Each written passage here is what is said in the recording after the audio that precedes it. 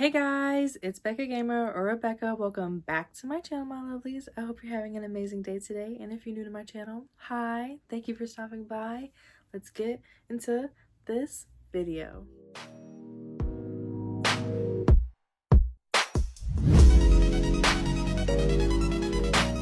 I am so excited to get into today's video.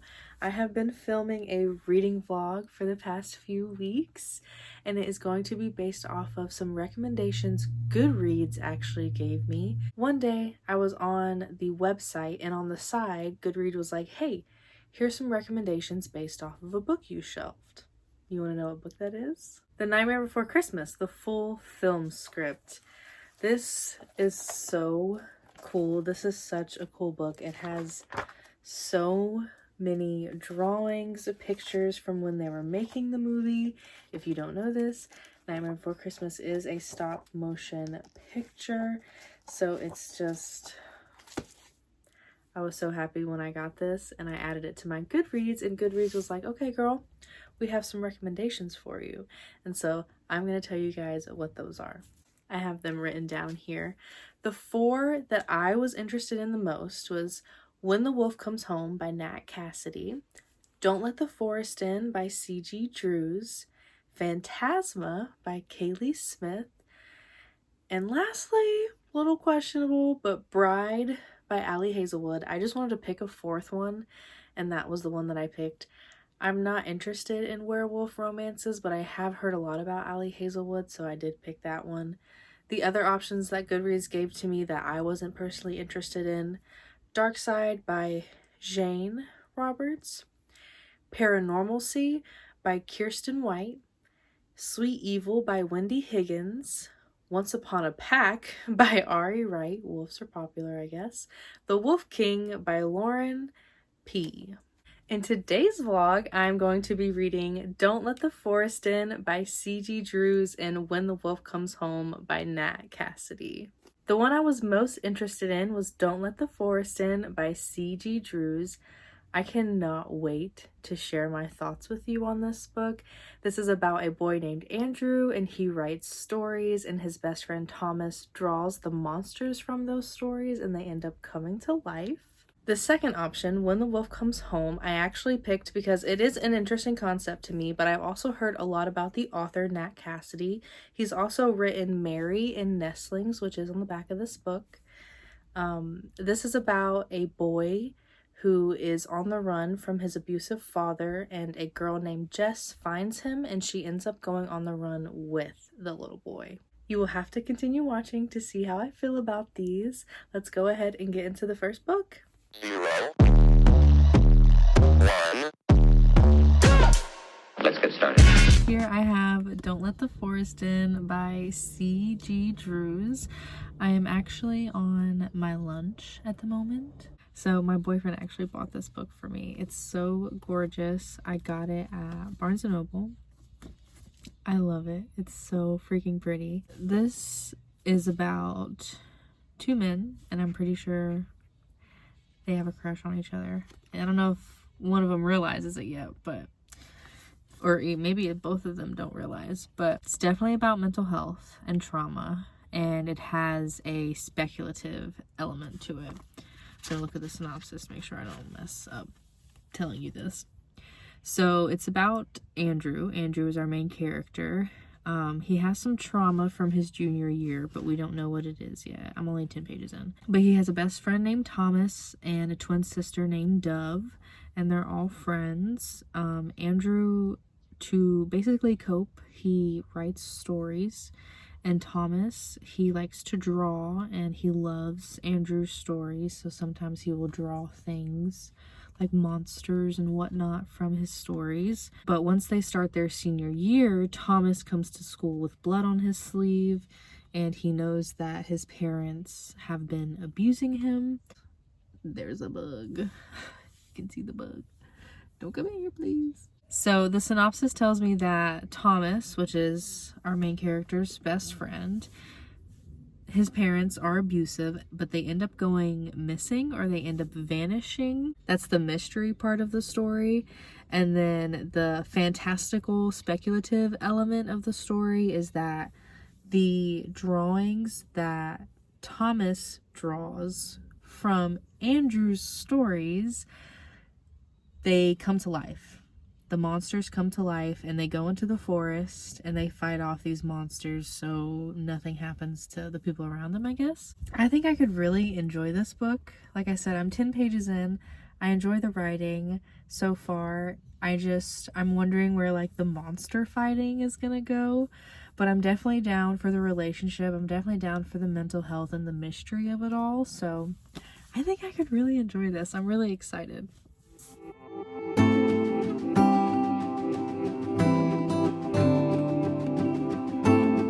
Hey guys, I am on my lunch. I know it's been about 2 days since I last talked to you. I wasn't in a good mood, was not feeling good yesterday. I did read about 10 pages. Right now, I am on page 59. I've got a bit more of an understanding of this book. I am enjoying it. I'm enjoying the relationship so far between Andrew and Thomas, even though it's not like we've gotten into anything crazy. Again, I'm only 59 pages in. But what I'm realizing is the synopsis doesn't seem to be in order. It's a little hot. Getting a little stuffy. So it's like the beginning of the synopsis is basically telling you about the relationships between them, and then at the end it's talking about the monsters and how the monsters come to life. But from the way the book is setting it up, it seems to be that the monsters have already happened. They probably are still a thing, but the monsters have happened in the past, and it seems that Andrew was hurt by one of the monsters and he has like all of these cuts on his hand, and he's saying that he deserves answers from Thomas, because I'm assuming it's Andrew's stories obviously, but Thomas is the one who draws them, and so Thomas might have more of an understanding of the monsters or feels more responsible of the monsters maybe. I don't know, I'm trying to piece it all together. I just wanted to update you guys. So I thought that, because most synopsis, it's like, here is the conflict. This is like, well, this is how we're setting it up. Here's the conflict. And then like, this is what's about to go down, or this is where the story is really going to pick up. But it seems like the monsters are already a thing. And I don't know. I don't think I've ever read a book where the conflict has already been happening in the past and we're still trying to figure out other conflicts. Like, for whatever reason, Dove, which is Andrew's twin sister, she's not talking to Thomas. They're not talking to each other. They're upset at each other for some reason. And Andrew, he's like worried about it, but he's not too worried about it because he thinks that they might like each other. And Andrew is confused on his sexuality. Seems pretty sure that he's asexual, but he's not attracted to other boys. He's just attracted to Thomas, and he's not even fully sure what that attraction means. So I don't know. I like reading stories where it's like someone hasn't fully figured out or understands their sexuality. So that's definitely a part of this if you're interested in that kind of thing. So I'll update you guys later.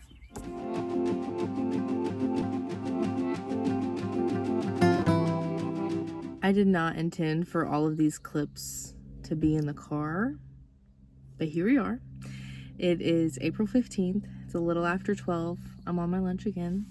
I am actually halfway through, so how fun. I'm on page 170, chapter 18. I'm really enjoying this. Like, I don't have any complaints at all. I'm really enjoying where the story is going. I want to show you the first picture. I don't want to show you one that's far into the story, but this artwork is stunning. This is the first piece of artwork you get. How beautiful. I mean, it's scary, but it's so like it looks great. The vibe of this is great, and I'm pretty sure this is young adult. And I feel like with young adult horror, it's obviously more mild than regular horror, but I also feel like things have to work out in favor for our character when it comes to young adult, because that's just like what young adults want from a story, is a good story. But in this case, our main characters, Andrew and Thomas, they're not winning at everything. They're not getting things right. They're not figuring things out, and we're halfway through the book. Like, they are actively just trying to survive. And, like, that really brings the unsettling feel to this book. I don't know if I'm making any sense, but it's just like my intrigue is really, really high with this book. I'm not being given a lot, and normally it's hard for me to be intrigued by a book that's not giving me much, but I really like the vibe of this book. I really like the relationship between our two main characters.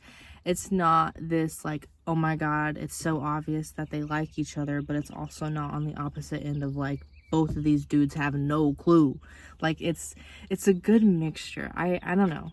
I'm really enjoying this. Something I didn't expect from here is, like, I was just expecting the monsters to like slowly become a problem, but like the monsters have been a problem. It's just Andrew is now aware of said problem, and it's not like they're actively trying to figure out. I mean, I guess they did try and figure out why the monsters are showing up, but at the end of the day, they can't. They don't know why they're showing up, so they're strictly trying to survive. And I feel like something that the author might be trying to do is their mental is kind of a reflection of the monsters. Both of these boys are going through a lot mentally. Andrew doesn't have the best life, but he doesn't have the worst life, but he does deal with a lot mentally. And then Thomas, on the other hand, he deals with a lot mentally, but he's also dealing with a lot in real life because of his parents being missing. And so whenever these monsters pop up and our characters are going through these super emotional moments, especially Andrew, and like being saved and not fighting, like he's not able to fight the monsters off on his own. Like, he needs Thomas, and that is something that like he's always known about himself. Like, he needs someone else, whether it be Thomas or his twin sister Dove. But like, when you have something as dangerous and traumatic as a monster who does kill people, it's not just this like, oh, Thomas and Andrew are in their sweet little fantastical world. Like, this is real. Like, it feels real. Like, the monsters aren't just in the forest. The monsters aren't just in this little bubble and no one else knows what's going on. I mean, no one else, they don't know what's going on, but it's not just this like, oh, a little mystery and no one knows about it. Because I feel like that's what happens. Like, you're in a book and there's vampires and the town doesn't know there's vampires, but our main character does. But it's different here. It's similar because, again, not everyone knows about the monsters, but it's not like the monsters are only sticking to the forest and staying in the forest. Like, they are going into the real world very slowly. But I just really appreciate how this book is making me feel. I guess that's what I'm trying to say. And I really appreciate how much mental is being talked about, but also just shown, and like our main character Andrew just trying his best to articulate how he's feeling. I've really enjoyed it so far. I keep on saying I really enjoyed it. I need to find another way to describe how I feel, but this is really good.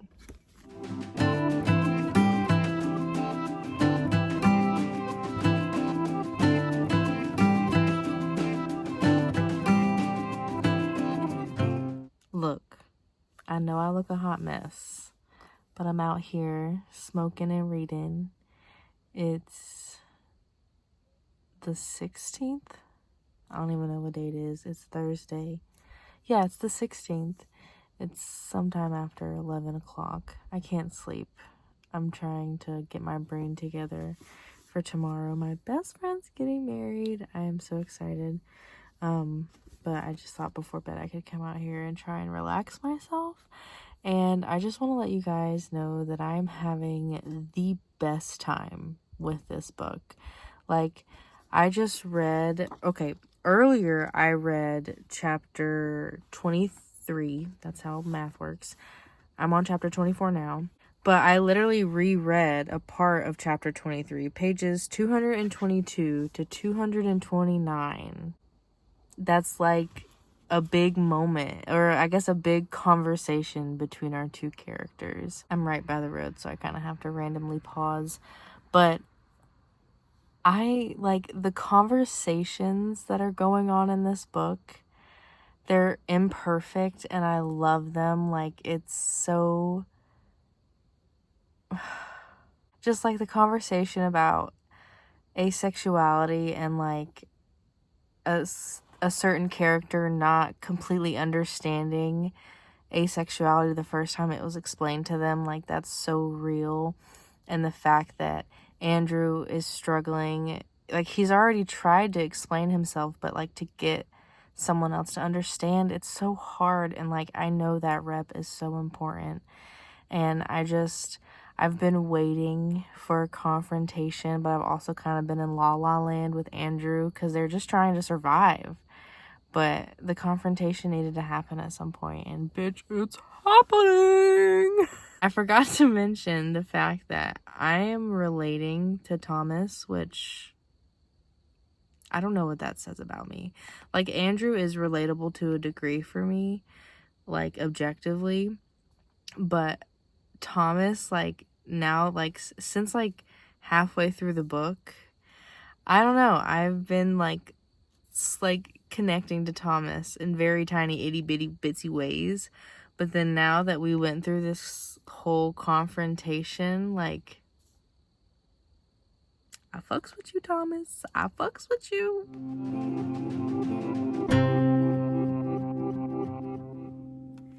Today is the day. It is April 20th. It is like 11:45. I actually finished this last night. Yes, in every way, yes. I wanted to film my reaction, but I was already halfway through it, and I like halfway through the end, the twist or whatever. And then when I finished it, I was just like, I need some time. Like, I need time to process. I need time. I didn't write my review until today, so you can go on my Goodreads and check my review if you'd like. So I guess the biggest thing with this book, it was recommended to me because of Nightmare Before Christmas. And 10 out of 10 recommendation. Like, they did their big one. Goodreads knew what they were talking about when they recommended this in tandem with Nightmare Before Christmas. If you like Nightmare Before Christmas, if you like the dark vibe, if you like that kind of romance, this is it. This is it. And the blurb by Andrew Joseph White: beautiful, horrific, perfect for any reader who has looked into the sharp mouths of disturbing fairy tales and found themselves entirely at home. So I want to talk about it. I want to spoil it, because this is one of those books, after I get the twist, I want to reread the whole book. Now that I know what has really been going on this whole entire time, I want to reread it. I want to read it from that perspective, knowing what I know now. Oh my gosh. Like, and it was funny because, like, it tried to trip me up. Like, it presented a twist and I was like, no way. There's no way. And then it, like, retwisted itself and presented the actual twist of the story, and that just, like, doubled down on the shock. Like, what I really love about this, yes, it's YA. It is a little gory, but it's not anything too crazy. I would say the biggest trigger warnings are the, like, mental health aspects of it and anxiety and panic attacks. But it read like a book in reality. It wasn't so fantastical, even though there's monsters in it. It wasn't so fantastical to where I felt like I was in a high fantasy book or in an epic romance, or I guess an epic fantasy. But it did feel like an epic romance. The way, and not even like this is a romance story and they fall in love and everything is peachy keen. It's like the feelings in this story, the heart that this story has, it is on the same level as an epic romance. The way that feelings are talked about in this book and how the connections to the forest, to one's feelings or mental health, like it is all threaded together so beautifully that I feel like I'm in like almost, I don't know if classic is the right word, but I feel like I am in,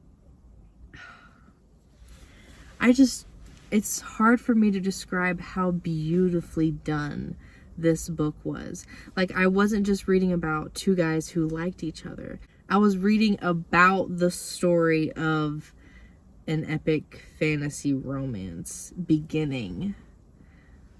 But I was reading about that story, not that this is that story, if that makes any sense at all.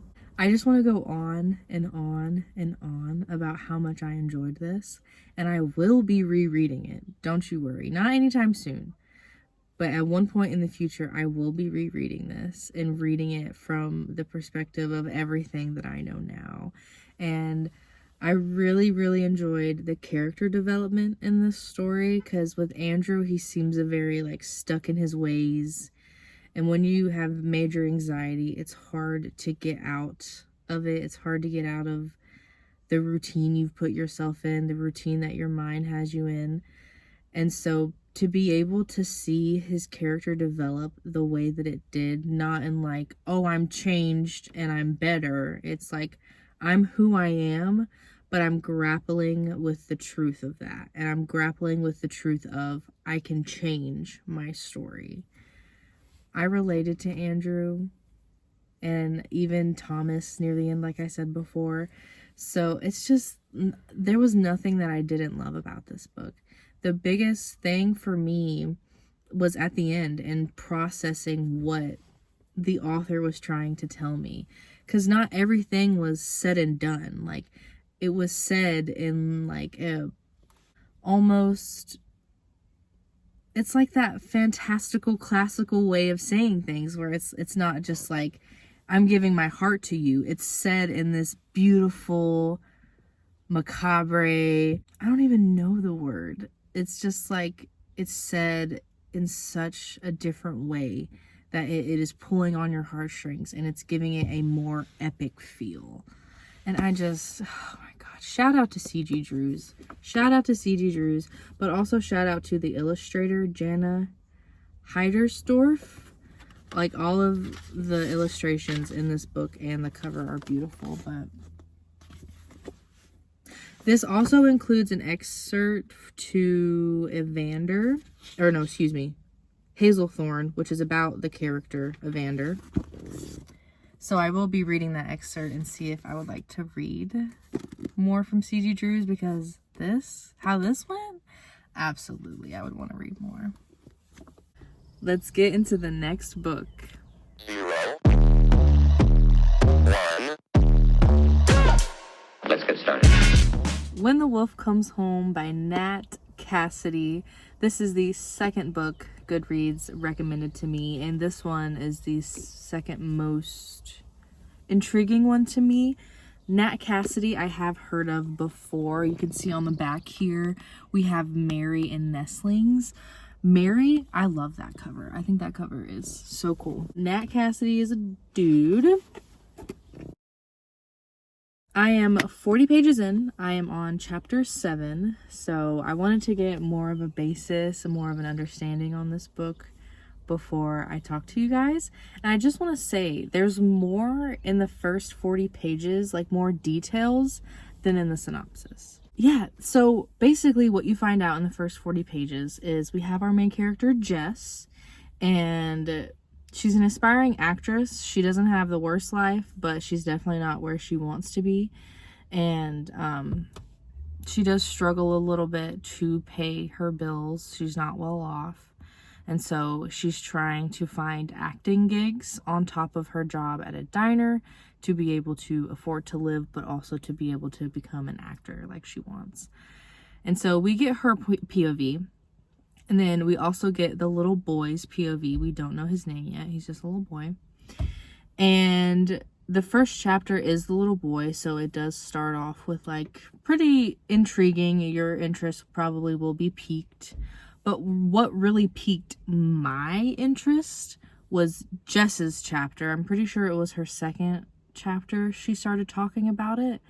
So she has daddy issues. Her biological father left out of her life when she was 6. He would like call her and like be in her life, but that ended up just fading away, and they have not talked in years and years and years. Her and her mother do not talk about this man. Not a good man. Speaking of, that's my man. He's doing Pokemon Go. But what's not in the synopsis, but it's not a spoiler because it's not even 20, 30 pages in, is the fact that he dies. He's dead. He died a week before this book begins or takes place. And it's not like foul play. The police reported no foul play. It's just neglect and alcohol. He drank alcohol constantly, did not take care of his health, and ended up dying. And she's never, like I said, never cared talking about her father, never talked about her father to her mother. They just pretended like he didn't exist. But now she has all of these new feelings now that her father has passed away. She's like, well, shit. Did he ever think about me? What did he do when he was dying? Was he regretting things when he was dying? Like, all of these thoughts that never really were pressing to her is now bothering her. So the way that she kind of compartmentalizes things is it's her on the outside, how she's always been, and then her on the inside, which is like the emotional Jess, who is wondering about all these things about her father. And then there's little kid Jess, who is just hurt by everything that she's been through, and I relate to that, especially in the daddy issues area. And that intrigues me. So not only are we following a little boy who has a neglectful and abusive father who is trying to find him because the boy is on the run. He escapes out the house, chapter 1. But we're also dealing with the adult in the book, Jess, who does end up finding him in like the second chapter, I'm pretty sure, outside of her apartment and taking him into shelter. But literally, like, third chapter, shit goes left and you're realizing quickly why these two have to go on the run. And you're also dealing with everything emotionally that Jess is dealing with in regards to her daddy issues and her father dying. So this is probably a book a lot about daddy issues, and the whole wolf premise comes from the little boy. Apparently he's not allowed to have toys, he's not allowed to have books, he's not allowed to watch shows or cartoons, but he ends up seeing a free little library because he snuck out of the house because he's not allowed to go to the house. He sneaks out, sees a free little library, and sees a really thick hardcover picture book of all of the like OG fairy tales. And one of them he sees is a werewolf. And so basically that's like the scariest thing the boy has ever seen is the werewolf in that story. Or it's not a story, there's no words, just the pictures. But so all of his fear is now allocated or thought about with the wolf. So if something is scary, it's like, oh my god, that reminds me of the wolf kind of thing. And so that's when like the whole when the wolf comes home, when daddy finds a little boy. But it's creepy. It's creepy. It's not a human turning into a wolf story. It's like a human ex-wolf combined. And I thought that was pretty interesting. And now they're not on the run. They're basically like a town over at a coworker's house. And I have such a bad feeling that something bad is going to happen. I don't read horror often because I have anxiety. But I have a bad feeling bad is gonna happen to the coworker, and I don't know if I'm ready for that. I did not mean for this intro to be so long. I really wanted to break down, like, it's more than just them being on the run. Like, there's emotions attached to this that are not only for the little boy, but for our main character as well. So I can't wait to see how she develops as a character, but let's keep reading.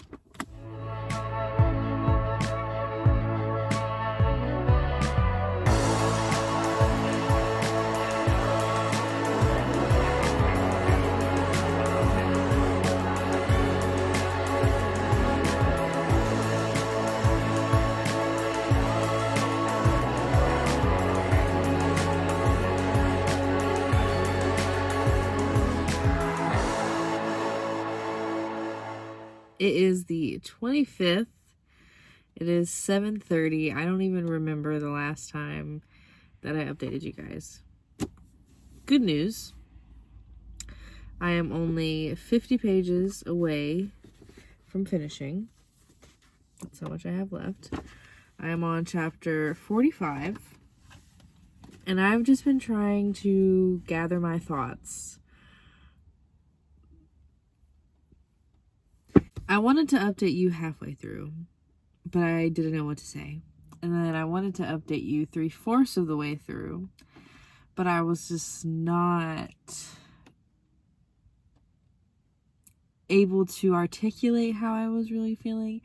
But now that I have 50 pages left, and a reveal has, like, a reveal for our main character, but everybody else knew this was going on kind of reveal. So I feel like, shit's about to go down. We're in the last 50 pages. Shit's about to happen. But horror movies are not really my thing. And I feel like that is mainly because I am not in the head of the main character, so I only get a glimpse of what the movie is trying to show me. And horror movies are not often about character development. I mean, there are, like Haunting of the Hill House. I watched that show. I did not read the book, but I did watch the show. And the spookiness is not what intrigued me. The scariness was not what intrigued me. It was the story and the characters. That's what intrigued me. So for me to get down with the spooks, I have to be intrigued by the story. And a lot of the time, even if I'm interested in a story, it's only a little bit of interest. And when stuff starts happening to characters, I don't care that much. And it's just not something that piques my interest. I don't know what I'm trying to say. But I still want to try horror books. I do. Trust me, I do. I love mysteries. I love thrillers. I love spooky shit. I love certain fantasies and fantastical, weird, spooky things. I do. Trust me, I do.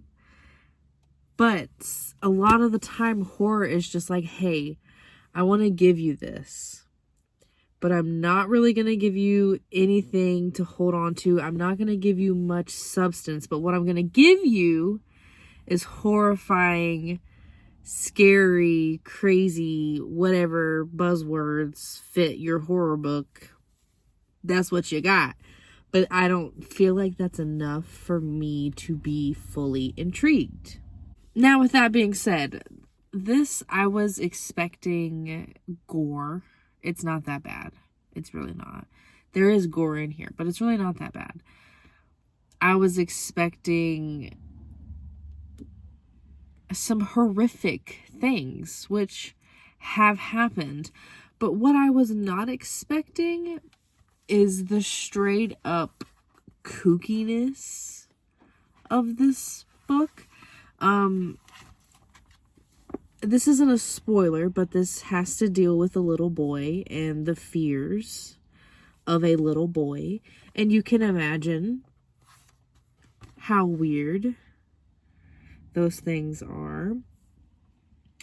And it's confusing. And like on page 165, 164, 165, I don't necessarily want to read it in case it gives something away to some people. But if you've read this or you're reading it, 164, 165 is when I realized that I am excuse me, I am past being any sort of unsettled. And I know that I am just dealing with an imagination, if that makes sense. And so when we're having all of these horrific things happen, these deaths that are happening that I'm supposed to feel something for, it's hard for me to, because of that realization. I will say, chapter 42, I did enjoy. Probably the best chapter of the book so far, in my opinion. We get a real insight of being in the boy's head a little bit. And I don't know, I really appreciated that. That gives me some substance, but you know, we're almost done. But it's fine. It's fine. Do I think I'm going to finish this today? I don't know, but I'm on chapter 45, page 234, which is exactly 50 pages away from being finished. There is an afterword on fathers and shapeshifters. Am I going to read that? But let's see where this... Oh. Do y'all want to even know where this goes? I'm just kidding. I'm still trying to be open-minded. I'm still trying to have a good time. And I have hopes for this ending. I hope I feel something. And I think it's a possibility. Fingers crossed.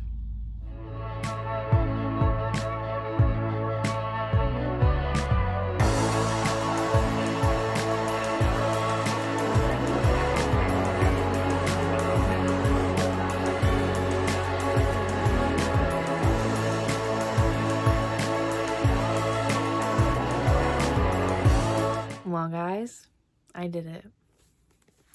I finished When the Wolf Comes Home by Nat Cassidy. I am sitting here because I'm about to film a few things, but I wanted to let you guys know my final thoughts. I can totally see why some people would really like this book, even love this book. Sorry about the reflection. For me, I just don't think the horrific and unsettling aspects of this book was intriguing enough for me. So I had a little interest going through this book, and the more I realized what was going on, and crazily enough, I was able to predict what was going on, which I normally don't do, and that doesn't make me feel negative about this book. I just think this was a well-crafted book, and I think it was good. It wasn't my favorite. It wasn't terrible. I enjoyed the main character that we were reading from, Jess. My only complaints is like me and my interests, so I don't know how much I want to go into that. I'm just realizing that if I want to feel more for horrific things that are happening in books or movies, I just feel like I need some substance to hold on to, and that normally deals with a character. Sometimes like the feelings towards the character, sometimes towards a certain situation, which can be done here if you did feel for especially the little boy in this circumstance, but I was just finding it a bit hard for me to, not in like a I don't care at all way, but like I'm understanding why these horrific things are going on, and it's just not, it just seems like it's just being horrific to be horrific. But I don't want to say that to take away from the story, because like I said, this is a well-crafted story, and if you like horror, I totally recommend reading this. I mean, if you're a horror connoisseur, I don't know, you still might like this, even if you do predict the ending, because it is a, like I said, a good story, especially if you enjoy Nat Cassidy's writing. I would, you know, it's a different kind of writing, maybe a bit younger style of writing, maybe, I don't want to say trying to be hip, but definitely kind of like with the times kind of writing style. So like I said, I have no real complaints, but it just maybe wasn't for me. I will give it a solid 3 out of 5 stars. So went well, but not as well as it could have. So I'm not mad about it. Welcome back. I hope you guys had a great time watching this vlog. Let me know what you think about it. It's the first time I've ever done a reading vlog. I had fun doing it. I just wanted to do a quick little wrap up on these. Yes, I think these are good recommendations in tandem with Nightmare Before Christmas.